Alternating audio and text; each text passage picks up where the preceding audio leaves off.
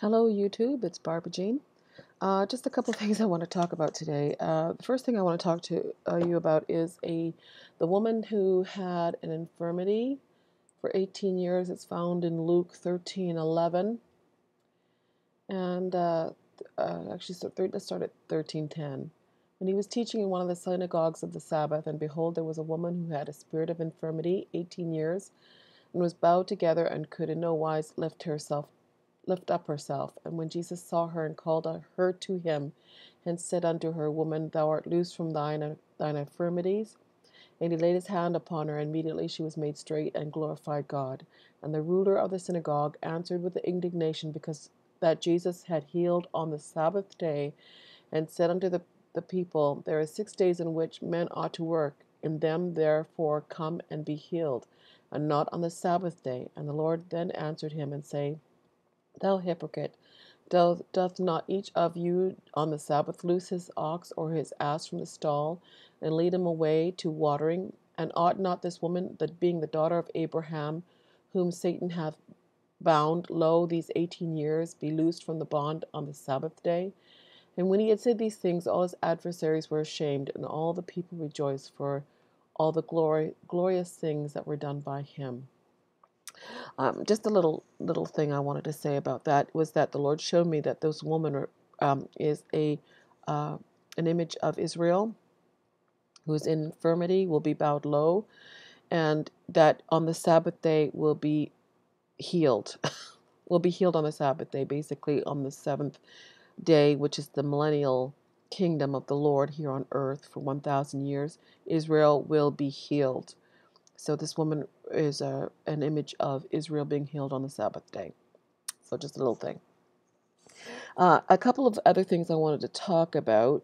Uh, this is not going to be a very long video, but I'll just let you know that after I did my video last night, I sat with the Lord, and he was doing some major brain surgery. And this is what it felt like. It felt like I was going through major brain surgery last night. I'm not sure what all it was, because I don't know what he was doing, except it felt like someone was digging around in my head with a needle or something. I mean, a big, huge needle, not just a little one. But it wasn't painful. It just felt funny.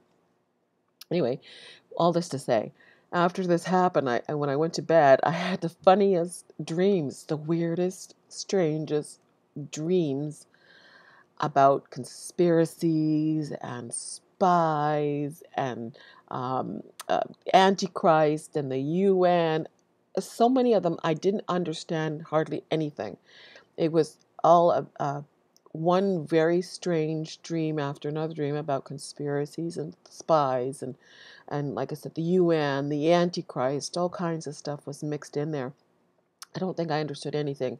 I had a feeling that I needed to, I wanted to talk about getting some of these conspiracies exposed. That was really what I guess the gist of everything was. There was so much secrecy going on, and pieces of paper with numbers written on it, and it was very strange. Just a lot about conspiracies. And anyway, one of the funniest things that happened, this might be a personal message for Paul Begley, I don't know. So Paul, if you're listening, this is for you. It was the funniest part of the dream. I was trying to tell Paul Begley something. I had run into him outside somewhere, and he was trying to get into a car, and I stopped him, and I said, Paul, I want to tell you something. I've got something to tell you about the Antichrist. I didn't know what I was trying to tell him, but there was something about the Antichrist I was trying to tell him.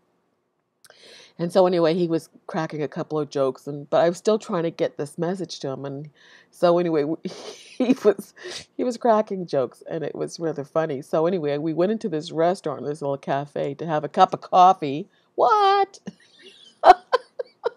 We went into this cafe to have a cup of coffee.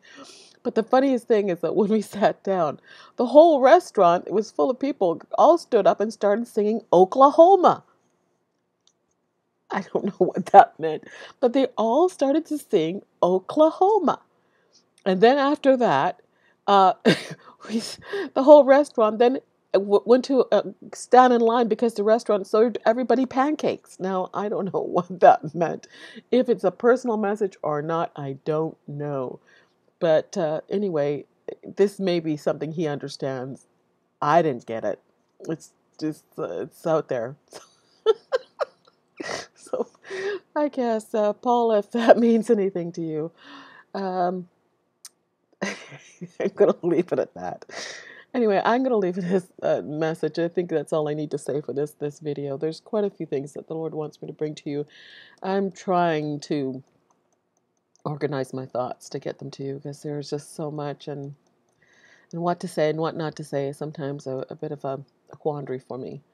So I'm going to leave it at that, and God bless you. And if this is the only video you watch today of mine, well, God bless you and have a great day.